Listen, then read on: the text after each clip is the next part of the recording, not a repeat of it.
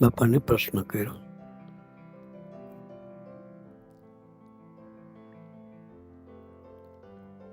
અમારામાં રહેલી બાળક બુદ્ધિ ક્યારે દૂર થાય? આપણા માટેનો પ્રશ્ન છે, બધા માટેનો. એનામાં બાપાએ પ્રયાસ કરીને પ્રશ્ન પૂછાવડાયો.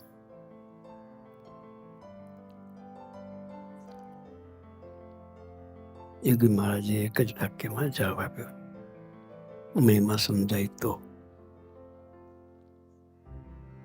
શું કહ્યું? મહિમા સમજાય તો. બાળક બુદ્ધિનો પણ પ્રલય થઈ જાય. પછી સંતે તરત પાછું પૂછ્યું, એ મહિમા સમજાય કેવી રીતે?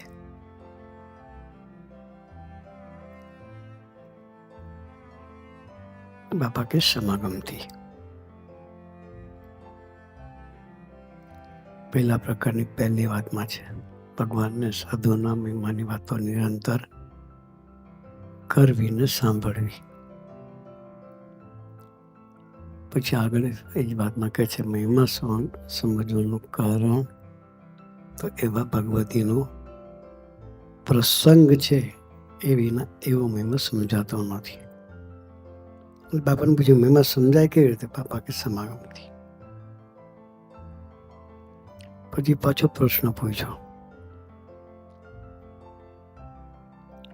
કે તમારો સંબંધ થયો પછી જીવ દુખ્યો કેમ રહે છે? હકીકત છે ને, ભગવાનનો પ્રાપ્તિ થઈ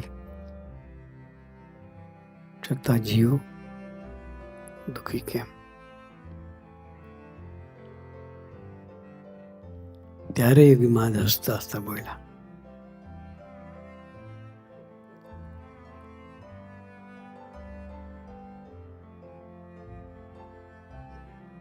હઠમાન અને ઈર્ષા છે, દરેક જીવને વળગેલા છે. એને લઈને દુઃખી છે. ફરી પ્રશ્ન પૂછ્યો, તો ટળે કેમ? ખબર તો છે જ આપણને કે આપણે દુઃખી છીએ હઠમાન ઈર્ષાના ભાવે કરીને. તો સંતે પૂછ્યું, ટળે કેમ? બાપાએ કહ્યું, મહિમાથી. એટલે છેલ્લે આવ્યો તો મહિમા છે. ખરેખર મહિમા હોય તો કોઈ વસ્તુનો ભાર રહે નહીં.